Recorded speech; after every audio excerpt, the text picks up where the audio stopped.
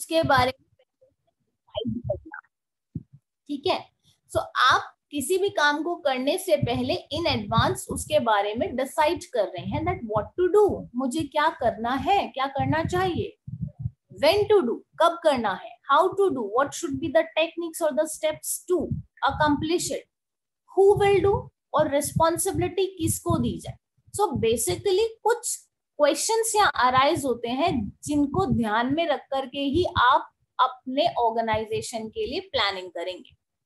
ठीक है, तो ये कौन सा एक्ट है, where we are standing today और where we will be tomorrow, आज कहाँ है और कहाँ वी हैव टू रीच, कहाँ पहुंचना है हमें। So this process involves thinking before doing, कुछ भी काम करने से पहले आप सोचेंगे और उसके अकॉर्डिंग अपना प्लान प्रिपेयर करेंगे जो कि आपको पूरा करना है।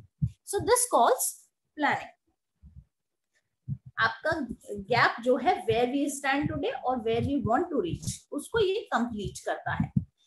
हर एक मैनेजर ये डिसीजन लेगा अपने ऑब्जेक्टिव्स को ध्यान में रखते हुए और वैसे ही स्टेप्स उसके लिए फॉर्म करेगा। प्लानिंग के बाद में another important function is organising.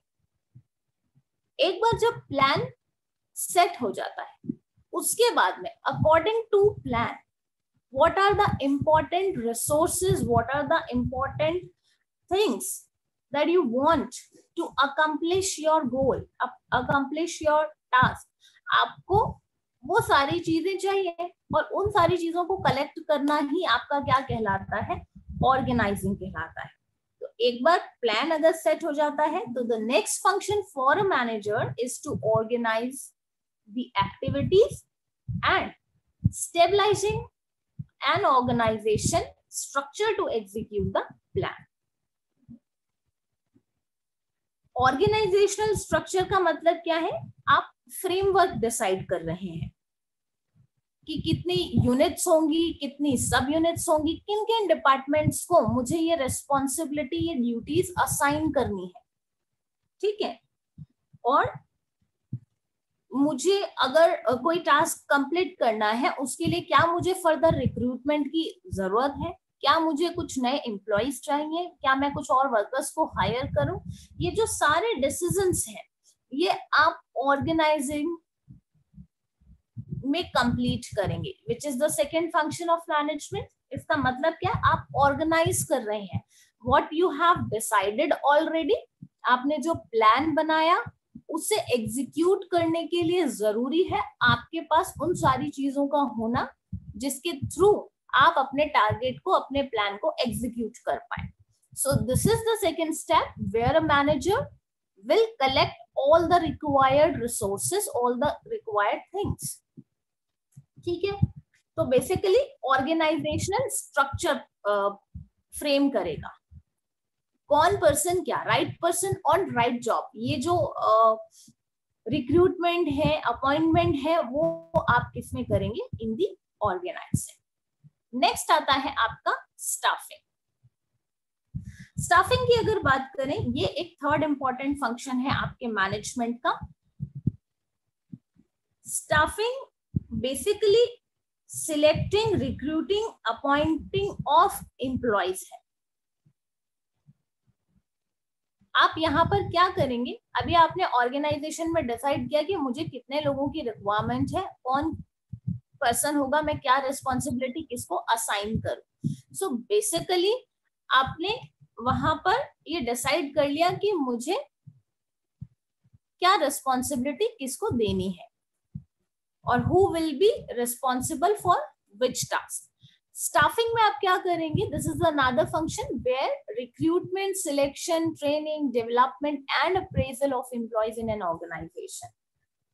इसका मतलब आप अपने एम्प्लॉइज को फाइनल करेंगे, रिक्रूट करेंगे, आप रिक्रूट करेंगे, अपॉइंट करेंगे और फाइनली ये डिसाइड करेंगे कि ये पर्सन ये ड्यूटी परफॉर्म करने वाला है। इसके अलावा आप कॉर्डियल रिलेशनशिप उनमें स्टेब्लिश करेंगे, मेंटेन करेंगे, एम्प्लॉइज के ग्रीवियंसेस का टेक केयर करेंगे। तो it also includes training, development, employees की के अंदर सेल्फ ग्रूमिंग, सेल्फ डेवलपमेंट भी कुछ चीज होना चाहिए। यानी कि अगर आप कोई नया टास्क परफॉर्म करना चाहते हैं और उसके अकॉर्डिंग आपको लगता है कि ऑलरेडी जो आपके वर्किंग एम्प्लॉयज हैं उन्हें नई टेक्निक के लिए मुझे प्रिपेयर करना है, how to use the new technology to achieve the goal, उन्हें वो नहीं आता है, तो उसके लिए ट्रेनिंग प्रोग्राम्स जो है वो उन्हें दिए जाने चाहिए। Along with this, what will be the remuneration for the duties they will perform?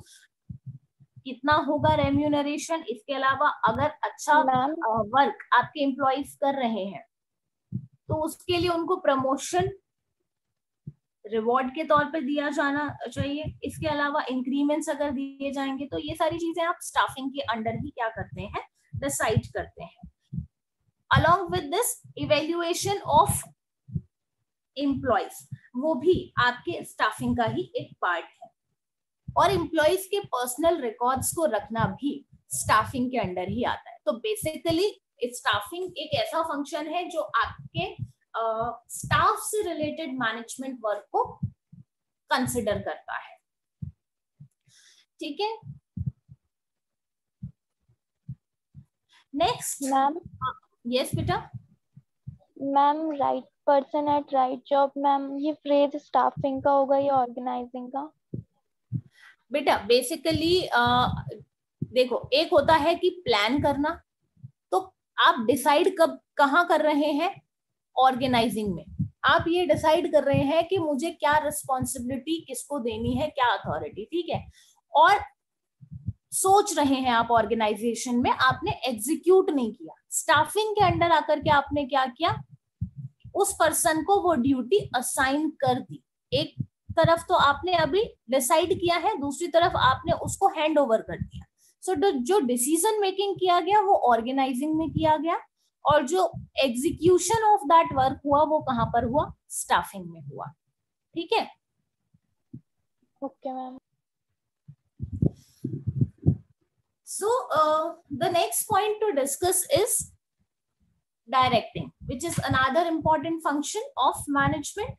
अब डायरेक्टिंग जैसा कि नाम से पता चल रहा है, डायरेक्ट करना, to give direction to whom, किनको डायरेक्शन देने की बात हो रही है, जो भी हमने एम्प्लॉयज सिलेक्ट किए हैं, पर्सन सिलेक्ट किए हैं ड्यूटीज टू परफॉर्म.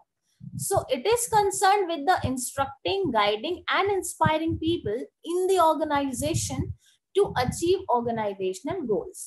Basically एक बार एम्प्लॉयज के अपॉइंट हो जाने के बाद उन्हें गाइड और इंस्ट्रक्ट करते रहना जरूरी है. तो डायरेक्टिंग जो है, इट रेफर्स डायरेक्शन और instruction to whom, to employees, and time to time according to the performance of the employees. Manager या डायरेक्टर्स को क्या करना है, उन पर्सन्स को मोटिवेट करना है जिससे वो अपने परफॉर्मेंस को और इम्प्रूव करे, बेटर करे और एफिशिएंटली अपने टारगेट को अचीव कर पाए. So motivation to employees is very important under directing. Along with this आप उन्हें सुपरवाइज करेंगे. दैट मीन्स मैनेजर जो है वो एम्प्लॉयज की एक्टिविटीज को सुपरवाइज करे, कम्युनिकेट करे उनके साथ में. जो गैप है टॉप लेवल और मिडिल लेवल या फर्दर लोअर लेवल, उनके बीच में कम्युनिकेशन प्रॉपरली होना चाहिए. मैनेजर जो है, they acts like leaders and guide them to right direction. जो आपके एम्प्लॉयज हैं, बेसिकली एक मैनेजर जो है वो एक लीडर की तरह वर्क करता है, और लीडर के अंदर क्या क्वालिटी होती है, leadership, to give a direction to the others, he leads the crowd. ठीक है, तो वही चीज है यहाँ पर कि आप जो मैनेजर है वो लीडर है, और बाकी जो एम्प्लॉयज है वो उनको क्या कर रहा है, लीड कर रहा है, उनको गाइड कर रहा है इन अ राइट डायरेक्शन. और ये राइट डायरेक्शन क्या है, towards the achievement of goals of the organization. So basically आपका जो डायरेक्टिंग है, इसमें हमने क्या क्या, कौन कौन से फंक्शंस को इंक्लूड करता है directing, instructing, guiding, inspiring, motivating, supervising and communication with the employees. ठीक है, direction is the heart of management. Basically क्या कहा जा सकता है डायरेक्शन के बारे में? It's a heart of management. Next function is controlling. And what is controlling? It is the last function of management or the function performed by managers. In this function, manager try to match the actual performance with the planned performance. आपने जो decide किया what to do और what is actually happening, ये उनके बीच का comparison है. एक आपने सोचा था कि जो रिस्पॉन्सिबिलिटी मैंने एम्प्लॉइज को दी है, जो कि परफॉर्म किया जाना जरूरी है अपने टारगेट को अचीव करने के लिए. So whatever you decided, is it exactly equals to what the employees perform? क्या आपने जो सोचा था वैसा ही हुआ? उन दोनों परफॉर्मेंस के बीच का ही कंपैरिजन है. So, controlling function refers to all performances that measure the follow-up actions that keep the actual performance on the path of plan. अब steps of controlling अगर हम देखें तो it establishment of standards, measurement of performance. पहली बात तो standards को set करना कि what to achieve, कहाँ तक हमें जाना है. measurement of performance, फिर आप evaluation कर रहे हैं of the work what has done by the employees. Then you are comparing the actual performance with the standard one. आपने जो रियली पे परफॉर्म किया उसमें और आपने जो डिसाइड किया था उनके बीच में क्या कोई गैप है? क्या आप उस टारगेट तक पहुंच पाए? अगर पहुंच पाए तो that will B accomplishment of goal which is decided by the organization or the manager itself. और अगर आप नहीं पहुंच पाए, there is a gap between the actual performance or the standard performance, तो मैनेजर का काम क्या होगा? Follow up action. वो करेक्टिव स्टेप्स लेगा कि अगर मैंने अपना टारगेट 1000 यूनिट को प्रोड्यूस करने का रखा था या अपने प्रॉफिट को 10% इंक्रीज करने का रखा था, बट मैं किसी भी वजह से, किसी शॉर्ट कमिंग की वजह से, किसी ड्रॉबैक की वजह से अगर मैं अपने प्रॉफिट को सिर्फ 5% इंक्रीज कर पाऊं तो there will be a gap, यानी कि परफॉर्मेंसेस में कमी है. और कहाँ कमी रह गई उस चीज को ढूंढकर मैनेजमेंट में क्या किया जाएगा? कुछ करेक्टिव स्टेप्स लिए जाएंगे बाय द मैनेजर कि कैसे उस गैप को फिल किया जा सकता है. ठीक है, एक्चुअल और स्टैंडर्ड परफॉर्मेंस को कैसे इक्वलाइज या बैलेंस किया जाए. I hope all the functions of management should be clear up to all. अगर नहीं है तो आप पूछ सकते हैं कोई भी ऐसा फंक्शन जो आपको समझ में नहीं आया हो. मैम. यस बेटा.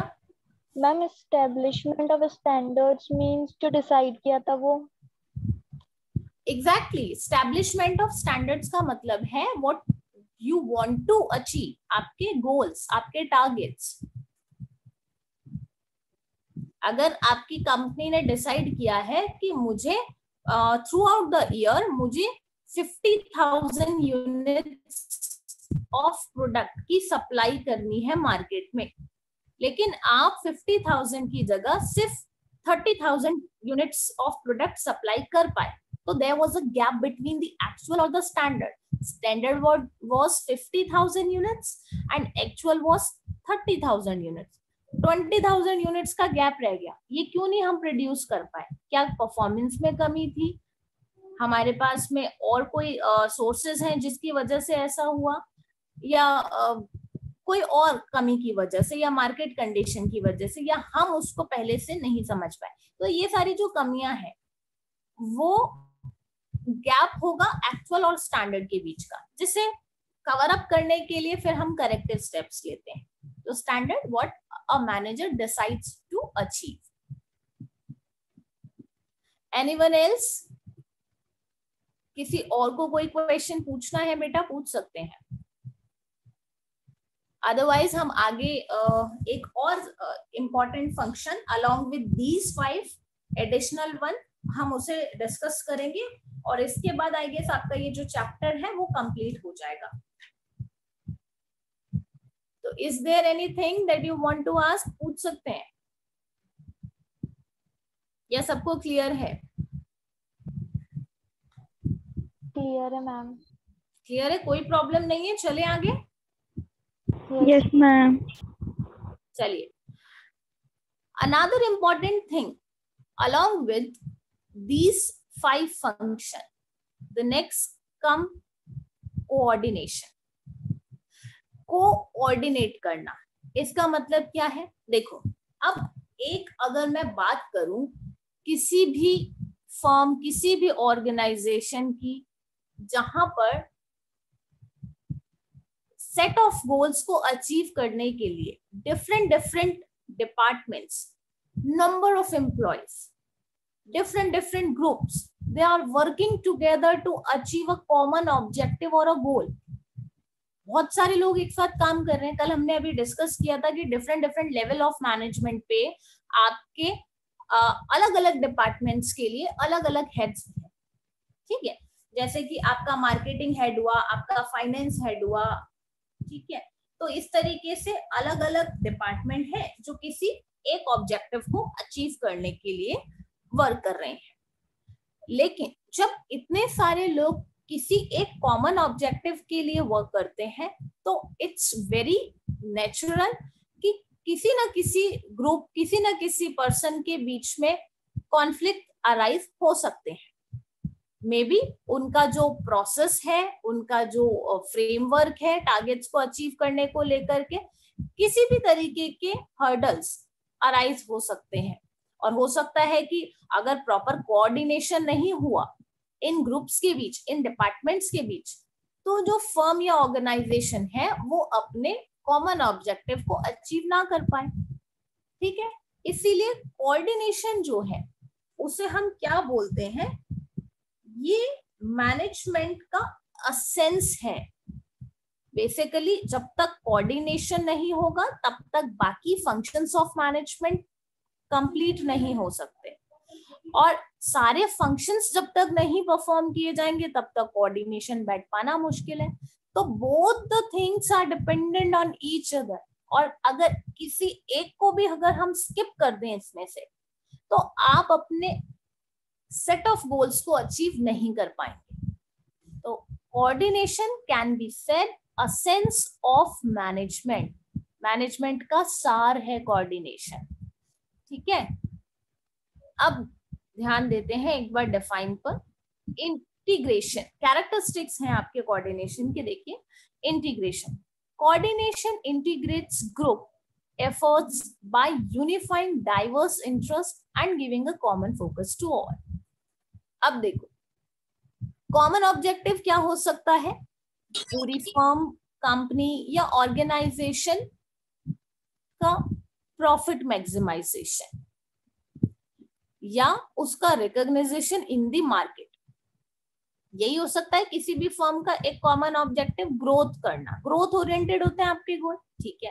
तो ग्रोथ अचीव अगर करना है किसी ऑर्गेनाइजेशन को, उसके लिए जरूरी है उस ऑर्गेनाइजेशन का हर पर्सन, इंडिविजुअल, ग्रुप, मैनेजमेंट, सब लोग एक साथ किस तरफ वर्क कर रहे हैं? Growth of institution, growth of organization के लिए अपने अपने सेपरेट फील्ड में वर्क करते हुए उनका एक कॉमन ऑब्जेक्टिव है जिसे वो सब अचीव करेंगे। तो कोऑर्डिनेशन इंटीग्रेट, यही कोऑर्डिनेशन की जो फीलिंग है, यही जो कोऑर्डिनेशन है, वो डिफरेंट और डाइवर्स ग्रुप, डाइवर्स इंटरेस्ट वाले जो ग्रुप्स हैं उन्हें यूनिफाई करता है, यूनाइटेड करता है, जोड़ता है। And giving a common focus to all. अपने लेवल पर आप अपने अपने डिपार्टमेंट में तो वर्क करेंगे ही, साथ ही साथ आप ऑर्गेनाइजेशन की ग्रोथ के लिए सारे डिपार्टमेंट्स एक साथ वर्क करेंगे। तो वो आपका क्या है? Common focus to all. अब मार्केटिंग हेड है तो वो मार्केटिंग से रिलेटेड टास्क को देखेगा, अगर फाइनेंस का हेड है तो वो अपने फाइनेंस से रिलेटेड टास्क को देखेगा, अगर एक कोई रिक्रूटमेंट के लिए कोई पर्सन या मैनेजर है तो वो स्टाफिंग को देखेगा, लेकिन जब सब एक साथ वर्क करेंगे, उनके बीच में प्रॉपर कोऑर्डिनेशन अगर है, तो वो किस वजह से है? क्योंकि ये सभी लोग अपने अपने डिपार्टमेंट के टारगेट्स के साथ ऑर्गेनाइजेशन के कॉमन ऑब्जेक्टिव को अचीव करना चाहते हैं, जो कि आपका क्या है? इंस्टीट्यूशन ऑर्गेनाइजेशन की ग्रोथ है। नेक्स्ट कैरेक्टरिस्टिक आपका कोऑर्डिनेशन का आता है unity of action. Coordination helps to maintain unity of action among the activities of one department with that of another. An example is given here to discuss. Purchase department should purchase enough material which are necessary for the production department. अब देखो, coordination जो है वो maintain करता है unity of action. Unity of action का मतलब क्या है? आप सब एक दूसरे से जुड़े हुए हैं। एक डिपार्टमेंट अपनी एक्टिविटी परफॉर्म करेगा तो वो कहीं ना कहीं दूसरे डिपार्टमेंट से रिलेट करता है, डायरेक्टली और indirectly. For an example, purchase department जो है वो परचेजिंग कर रहा है रॉ मटेरियल्स की।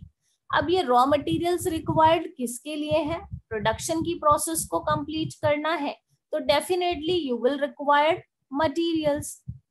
परचेज डिपार्टमेंट ने परचेज किया और प्रोडक्शन डिपार्टमेंट के पास गया, तभी जाकर के आप प्रोडक्ट प्रोड्यूस कर पाएंगे।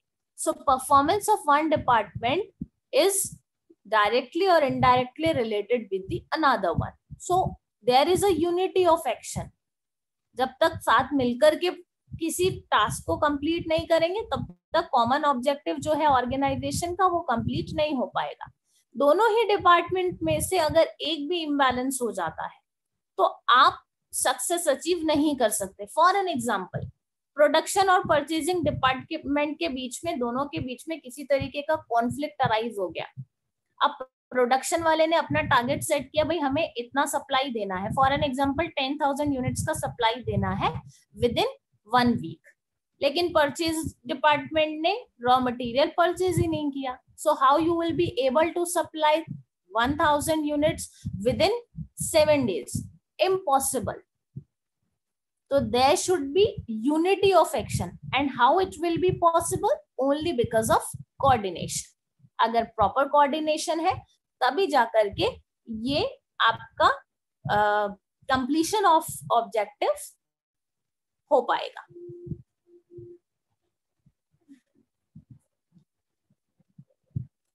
Is it clear up to all?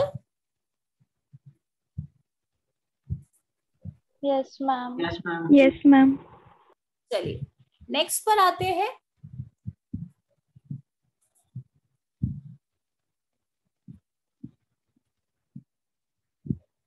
It's a continuous process. Coordination जो है वो एक कंटिन्यूअस चलने वाली प्रोसेस है। देखो ये आप पहले भी डिस्कस कर चुके हैं while we were talking about the characteristics of management. वहां भी हमने पढ़ा था कि management in itself is a continuous process, और क्योंकि ये फंक्शन ऑफ मैनेजमेंट कहा जा सकता है, तो कोऑर्डिनेशन जो है वो भी एसोसिएटेड है with all the functions of management, all other function, जिसमें कि आपका प्लानिंग है, आपका ऑर्गेनाइजिंग है, स्टाफिंग है, कंट्रोलिंग है, डायरेक्टिंग है, उन सब से जुड़ा हुआ है। उन सब के बीच में जो गैप है उसे फिल करने का काम किसका है? कोऑर्डिनेशन का।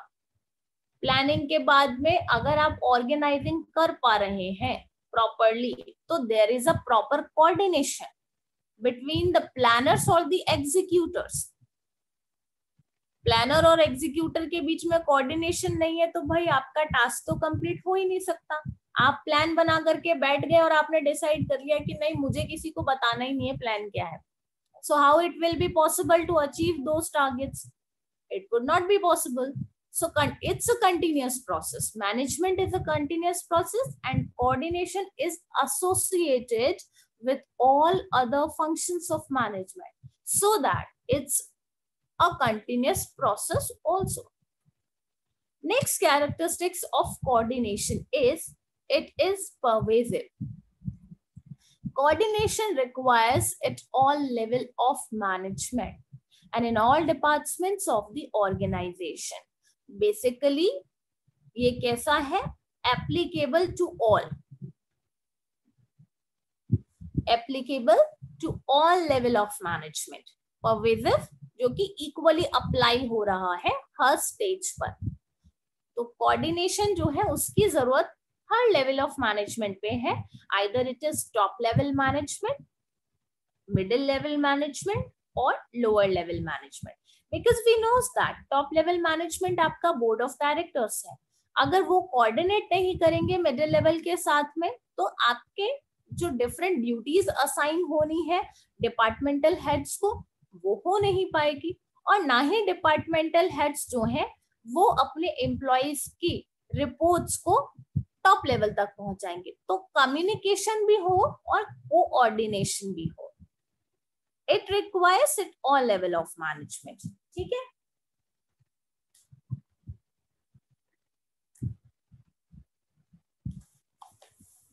आई hope it's clear up to all.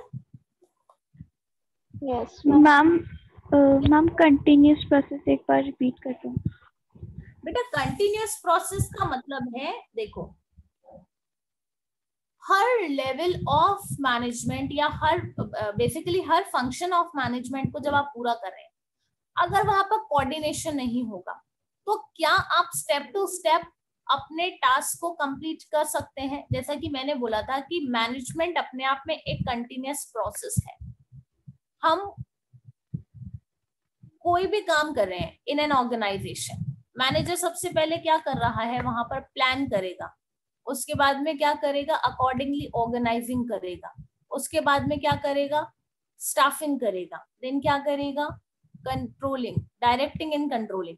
तो ये जो सारे फंक्शंस वो परफॉर्म करेगा. अगर वहां पे कोऑर्डिनेशन नहीं है, ठीक है, एक दूसरे को आप हेल्प नहीं करना चाहते हैं, तो क्या जो फंक्शन, क्या जो प्लान्स मैनेजर ने बनाए हैं, क्या वो प्रॉपरली एग्जीक्यूट हो पाएंगे? क्या उसके अकॉर्डिंग वर्क कंप्लीट हो पाएगा? अगर नहीं हो पाएगा तो वहां पर पुअर कोऑर्डिनेशन है. जैसे कि मैंने आपको कोई काम कहा है, फॉर एन एग्जांपल मैंने आपको क्लास में कहा कि यू आर मॉनिटर, और मैंने आपको बोल दिया कि बाकी सारे स्टूडेंट्स तक आप ये बात पहुंचा दें, ये मैसेज दे दें कि tomorrow I will check the assignments what I have given. लेकिन आपने क्या किया? आपने एक सर्टेन ग्रुप को तो बता दिया जो आपके फ्रेंड्स हैं, बाकी सब तक वो बात आगे कंटिन्यू नहीं किया आपने. ठीक है. तो अभी उससे क्या होगा? क्योंकि there was a poor coordination between you and the others. तो मैं जैसा चाहती थी कि मेरा जो प्रोसेस है वो कंटिन्यूअसली चले, क्योंकि मैं टारगेट्स अचीव करना चाहती थी, लेकिन कहीं ना कहीं बीच में पुअर कोऑर्डिनेशन था, और इस वजह से अगर मुझे टारगेट अचीव नहीं कर पाते तो आगे क्या प्रॉब्लम आएगी? आपको फिर से प्लानिंग करनी पड़ेगी, फिर से आपको अपने अदर फंक्शंस परफॉर्म करने पड़ेंगे. सिमिलरली मैनेजमेंट में मैनेजर जो है वो अपने डिफरेंट फंक्शंस को परफॉर्म जब कर रहा है तो वहां पर कोऑर्डिनेशन होना जरूरी है. और जैसे जैसे ये फंक्शंस परफॉर्म हो रहे हैं तो वहां पर अपने आप ही कोऑर्डिनेशन बनता जाता है एक प्रॉपर फॉर्म में. आपने प्लानिंग कर लिया, प्लानिंग के बाद में आपने ऑर्गेनाइजेशन कर लिया, तो ये क्या है? कोऑर्डिनेशन की वजह से ही तो कंटिन्यूअसली चल रहा है. या आप बोल सकते हैं प्रोसेस कंटिन्यू है इसीलिए कोऑर्डिनेशन बन रहा है. तो मैंने क्या था कहा आपको कि both are interdependent on each other. ठीक है. एक तो फंक्शंस ऑफ मैनेजमेंट और दूसरा कोऑर्डिनेशन. जब तक कोऑर्डिनेशन नहीं होगा तब तक बाकी फंक्शंस परफॉर्म नहीं होंगे.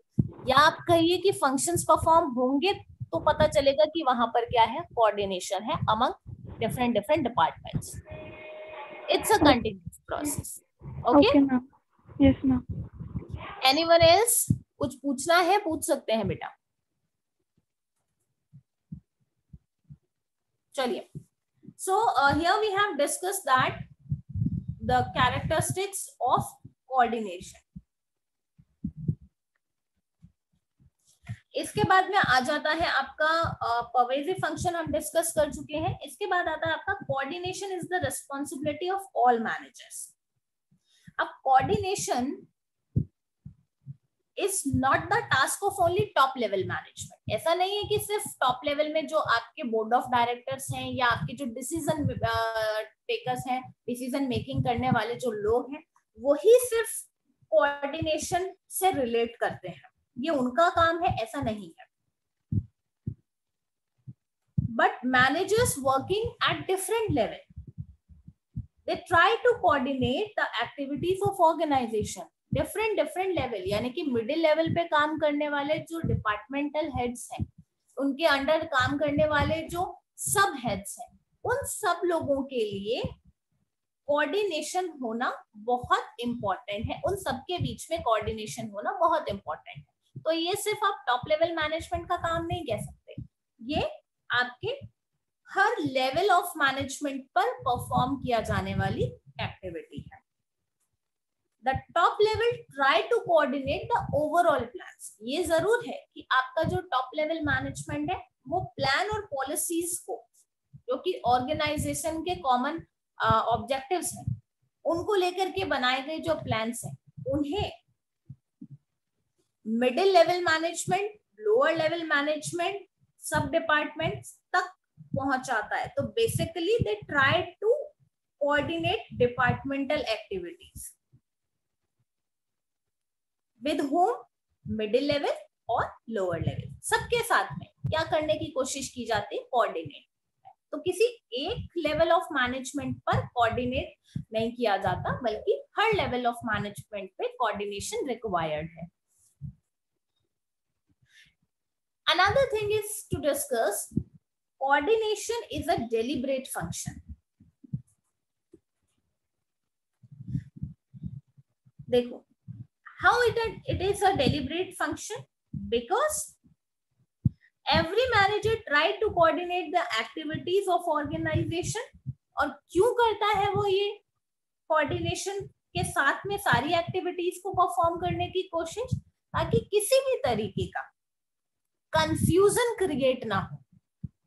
The people who are working together to achieve a common objective, but they have their different targets, जिनको हम डिपार्टमेंटल टारगेट्स भी बोल सकते हैं। हर एक डिपार्टमेंट के अपने अपने टारगेट्स हैं कंप्लीट करने के।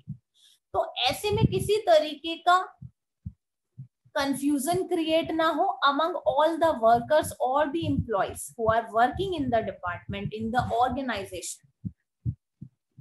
तो ये सब कब पॉसिबल है, जब तक प्रॉपर कोऑर्डिनेशन होगा, तब आप बिना किसी कंफ्यूजन के क्या कर पाएंगे, अपने टारगेट्स को अचीव कर पाएंगे। So basically without coordination efforts of individual can not be united. बिना कोऑर्डिनेशन के सबके जो इंडिविजुअल एफर्ट्स हैं, आप उसको यूनाइट नहीं कर सकते। So that's why while performing the various activities in the organization, management, or I should say managers, deliberately perform coordination function.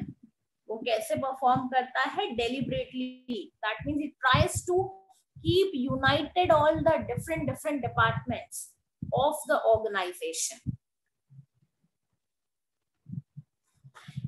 इसके बाद में हम आ जाएंगे why, ऐसा क्यों, why there is a need, क्या जरूरत पड़ती है। कोऑर्डिनेशन नहीं होगा तो ऐसा क्या होगा, वो तो अब तक आप सबको पता चल ही गया होगा, क्योंकि we had discuss a lot of features of coordination. तो ये बहुत अब कॉमन सी बात हो गई है कि आप इसको पढ़ने के बाद, समझने के बाद, you will be able to understand कि what is the importance of coordination, the significances of coordination आप खुद बता सकते हैं why it's important.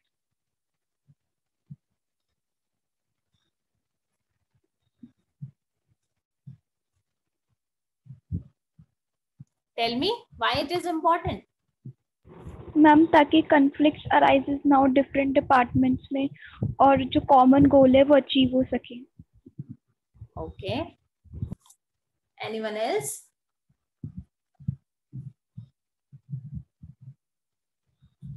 देखो, नीड या इम्पोर्टेंस की अगर मैं बात करूं ऑफ कोऑर्डिनेशन की, तो बेसिकली क्यों जरूरी है? जैसा कि हमको पता है कोऑर्डिनेशन का मतलब क्या है, डिफरेंट डिफरेंट डिपार्टमेंट्स के बीच में क्या करना, कनेक्टिविटी, कोऑर्डिनेट, एक दूसरे को हेल्प करना टारगेट को अचीव करने के लिए। तो अगर they will work together with proper coordination, किस लिए करेंगे? कॉमन ऑब्जेक्टिव यानी कि ग्रोथ को अचीव करने के लिए या ग्रोथ लेकर के आने के लिए, आपके जो परफॉर्मेंस है उसको बेटर बनाने के लिए, एफिशिएंसी के साथ में अपने प्रॉफिट को मैक्सिमाइज करने के लिए। तो growth, insights, another thing functional differentiation, and one more thing for the specialization. अब अगर बात करते हैं the first one, that is growth insights. The need of coordination increases with the increase in size of organization. आपकी जो coordination की need है वो आपके ऑर्गेनाइजेशन के साइज पर डिपेंड करती है। जितना बड़ा ऑर्गेनाइजेशन उतनी ही ज्यादा जरूरत पड़ेगी किसकी? प्रॉपर कोऑर्डिनेशन की। Because there are number of persons or the workers who are working in a same organization. अब हर एक पर्सन के अपने अलग अलग ऑब्जेक्टिव्स हो सकते हैं। अगर इंडिविजुअली देखा जाए तो it may differ from one to other, need भी और ऑब्जेक्टिव्स भी। So there is more need to bring together और to synchronize the efforts of employees towards the common goals and objectives. As we are saying that employees can have their individual targets, individual objectives, but at the same time it's very important to keep proper coordination among all the employees to achieve the set of goals, set of objectives. तो organizational efficiency को बनाए रखने के लिए और improve करने के लिए हमें कोऑर्डिनेशन की रिक्वायरमेंट है। तो बेसिकली आपका जो कोऑर्डिनेशन है वो, अगर आपके ऑर्गेनाइजेशन का साइज बढ़ता है तो कोऑर्डिनेशन की जरूरत भी इंक्रीज होती है। ठीक है, नेक्स्ट आता है आपका फंक्शनल डिफरेंशिएशन। फंक्शनल डिफरेंशिएशन से आपको पता चल जाना चाहिए फंक्शनल डिफरेंशिएशन का मतलब क्या है कि there are different different departments who are working together and these different department have their different different objectives. So जब इतने सारे फंक्शंस एक साथ परफॉर्म करने हैं, हर डिपार्टमेंट के फंक्शंस जो हैं वो आपके अलग अलग है, variety of functions to perform, लेकिन सबका टारगेट एक कॉमन ऑब्जेक्टिव है, ऑर्गेनाइजेशन की ग्रोथ। ऐसे में कोऑर्डिनेशन जो है वो बहुत ज्यादा इंपॉर्टेंट हो जाता है। ये जो वेरिएशन है among all the activities to be performed by the different departments, उनको एक साथ यूनाइट करने के लिए, इंटीग्रेट करने के लिए, and to keep focus them towards the common objective, it requires, it is important. तो क्यों important है कोऑर्डिनेशन? इस फंक्शनल डिफरेंशिएशन को बैलेंस करने के लिए। नेक्स्ट थिंग आ जाती है आपका स्पेशलाइजेशन। स्पेशलाइजेशन से समझते हैं ना हम, मतलब कि हर एक डिपार्टमेंट एक स्पेसिफिक ऑब्जेक्टिव के लिए वर्क कर रहा है। So in large and modern organisation there is high degree of specialisation and the specialists or experts feel that they are the only qualified people and they always take right direction in right decision. I should say right decision in right direction. So there are number of specialized working in the organization. If all of them work in their own way, so it will result into confusion. अगर आप एक common objective के लिए work कर रहे हैं लेकिन वहां भी क्या चाह रहे हैं आप कि मैं अपने हिसाब से काम करूं, नहीं मुझे तो ये स्टेप्स फॉलो नहीं करने, मुझे इस डायरेक्शन में नहीं जाना है, वेयर द डायरेक्टर और द मैनेजर इज डायरेक्टिंग मी, मुझे इसकी गाइडलाइन की जरूरत नहीं है, आई am the best one, I have the professional knowledge regarding my area of operation, my subject, मुझे उसके बारे में कोई भी नहीं समझा सकता। तो बेसिकली जब ऐसे क्वालिफाइड पर्संस अलग अलग डिपार्टमेंट्स के वर्क कर रहे हैं, दे हैव स्पेशलाइज्ड नॉलेज, तो they feel that I am the best one, और मैंने जो पाथ सिलेक्ट किया है to achieve, to accomplish the target, that will be the best one. ऐसा जरूरी नहीं है। अब अगर हर कोई ऐसा सोचने लगेगा फिर तो कॉमन ऑब्जेक्टिव आपका अचीव होने से रहा। इसीलिए इतने सारे ये जो specialized worker different different departments में वर्क कर रहे हैं, उनके बीच में प्रॉपर कोऑर्डिनेशन मेंटेन करना इंपॉर्टेंट हो जाता है, क्योंकि जब तक आपका कोऑर्डिनेशन नहीं बैठेगा तो everyone will think like I am the best one, मुझे जरूरत ही नहीं है गाइडलाइंस को फॉलो करने की, ठीक है। और अगर ऐसा होगा तो आप कॉमन ऑब्जेक्टिव्स अचीव नहीं कर पाएंगे। तो बेसिकली ये जो स्पेशलाइज्ड लोग हैं, स्किलफुल पर्सन्स हैं, उनके बीच में कोऑर्डिनेशन इंपॉर्टेंट हो जाता है, ठीक है। और किस लिए? ताकि आप ऑर्गेनाइजेशन के ग्रोथ के लिए, ऑर्गेनाइजेशन के प्रॉफिट मैक्सिमाइजेशन के लिए और द प्री डिटरमिन और प्री सेट कॉमन ऑब्जेक्टिव्स की तरफ मूव कर सके। So here we have discussed all the significances of coordination. So it's all about your first chapter where we have discussed the concept of management, the characteristics of management, the different level of management, functions of management, and along with this a certain specific topic which was coordination, its important, its function, its characteristics. I hope it should be clear up to all.